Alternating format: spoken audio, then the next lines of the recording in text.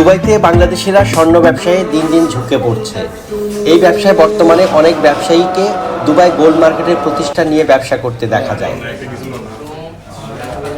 রবিবার সন্ধ্যায় বাণিজ্যিক নগরী দুবাই গোল্ড মার্কেট এলাকায় ৪ নম্বর আল দাইগা বিল্ডিংয়ে বাংলাদেশি প্রতিষ্ঠান নিহার গোল্ড জুয়েলারি এলএলসির শুভ উদ্বোধন হয়। এই সময় কেক কেটে প্রতিষ্ঠানের উদ্বোধন করেন স্বত্বাধিকারী ও অনুষ্ঠানের সভাপতি মোহাম্মদ নাসের আহমেদ।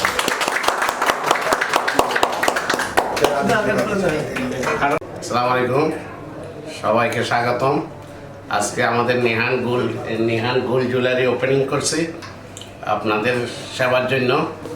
গোল্ডল্যান্ডের পাশে ইউসুফ পারফিউমের অপোজিটে আমাদের আলদাগায়া বিল্ডিং 4 একতলায় 102 অফিসে আমাদের সব ধরনের আপনি জুয়েলারি পাবেন। আপনারা সবাই আমাদের এখানে শুভ মূল্যে পাওয়া যাবে, আপনারা সবাই আসবেন।